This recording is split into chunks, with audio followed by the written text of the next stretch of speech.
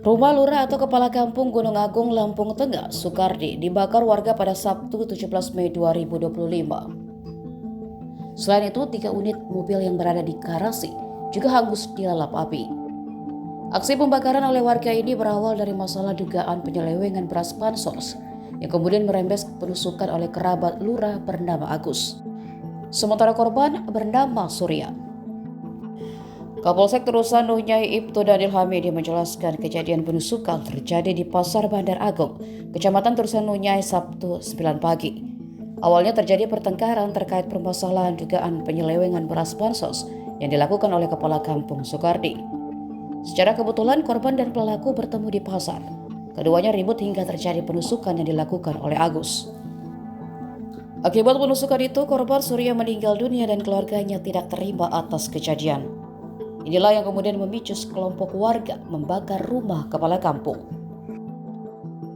Saat ini kami berada di TKP pengerusakan yang dilakukan sekelompok oknum pada hari ini pasca dari adanya kejadian perkelahian yang mengakibatkan meninggal dunia terjadi pagi tadi, dan saat ini kita lihat kondisinya lokasi rumah ini tepatnya adalah rumah lurah setempat yang menjadi sasaran dari sekelompok oknum untuk dirusak, dan sejauh ini kami tetap melakukan penyelidikan dan akan kami tuntaskan hal ini untuk memastikan siapa-siapa pelaku atau oknum yang bersalah, dan kami tetap berpesan dan mengimbau pada masyarakat untuk tetap tenang dan kemudian tidak melakukan hal-hal yang kontraproduktif yang bertentangan dengan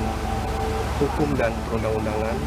Serahkan semua kegiatan penegakan hukum kepada kepolisian dan pengamanan juga dari Polres dan Kodim, dan siapapun yang terbukti melakukan kejahatan atau pelanggaran pidana tetap harus mempertanggungjawabkan perbuatannya di mata hukum, dan kami akan menangani setiap penegakan hukum secara profesional dan proporsional.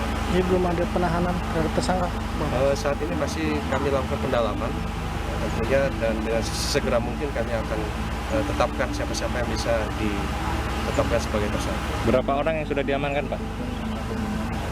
Untuk tersangka pembunuhan itu sudah 1 orang kita amankan, saat ini masih dalam proses pemeriksaan.